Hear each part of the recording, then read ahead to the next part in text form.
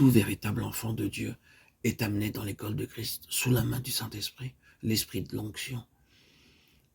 Et la première grande œuvre du Saint-Esprit consiste à présenter à son cœur Christ comme l'objet que Dieu garde en vue dans toutes les actions du Saint-Esprit en nous. C'est ainsi que Christ est avant tout présenté et attesté par Dieu comme l'objet de son plaisir, et que le Saint-Esprit fait connaître ensuite le dessein divin, lié à cette révélation intérieure du Seigneur Jésus, à savoir que nous devons être rendus conformes à l'image du Fils de Dieu. Il y a 2 ou 3 leçons fondamentales dans cette école, 2 choses sur lesquelles s'appuie notre éducation.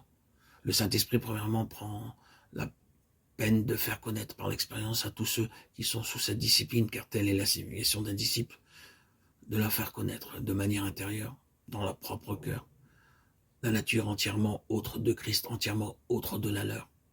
Puis, il agit aussi pour nous amener à la place où nous réalisons combien notre situation est impossible, à moins de miracles de Dieu. Comment par nous-mêmes, nous ne pourrions jamais être semblables à Christ. La seule conclusion que nous puissions tirer de tout cela, c'est que ce doit être quelque chose en dehors de nous-mêmes, accompli par l'action de Dieu lui-même.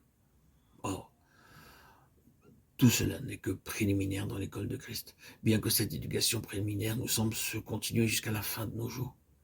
Elle semble en tout cas s'étendre sur une grande partie de notre vie, bien que nous devions arriver à un point qui représente une crise bien définie où est posé un fondement dans lequel sont reconnues et acceptées ces 3 choses. Et nous ne saurions aller très loin avant qu'il en soit ainsi.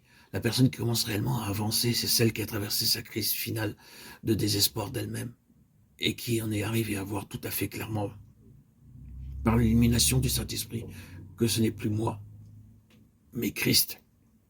Non pas ce que je suis, Seigneur, mais ce que tu es.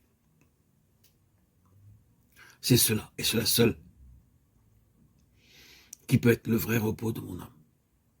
Ton amour et non le mien, ta paix et non la mienne, ton repos et non le mien, toi, mon tout, rien de moi, toi-même. C'est là le fondement essentiel de la croissance spirituelle, de l'éducation spirituelle. Alors Jésus dit aux Juifs qui avaient cru en lui, si vous demeurez dans ma parole, vous êtes véritablement mes disciples. Vous connaîtrez la vérité vous affranchira. Les Juifs lui dirent, nous sommes la postérité d'Abraham, mais nous n'avons jamais été les esclaves de personne. Comment donc, dis-tu, vous deviendrez libres? Jésus leur répondit, en vérité, je vous le déclare, quiconque commet le péché est esclave du péché. Or l'esclave ne demeure pas pour toujours dans la maison, mais le Fils y demeure pour toujours. Si donc le Fils vous affranchit, vous serez réellement libre. Jean 8, 1, 36. Jésus répondit, je suis le chemin, la vérité et la vie. Jean 14, 6. Puisque vous avez entendu sa parole et qu'on vous a enseigné en lui, suivant la vérité qui est en Jésus. Éphésiens 4, 21. À vous revêtir de nouvel homme créé à l'image de Dieu, dans la justice et la sainteté de la vérité. Éphésiens 4, 24.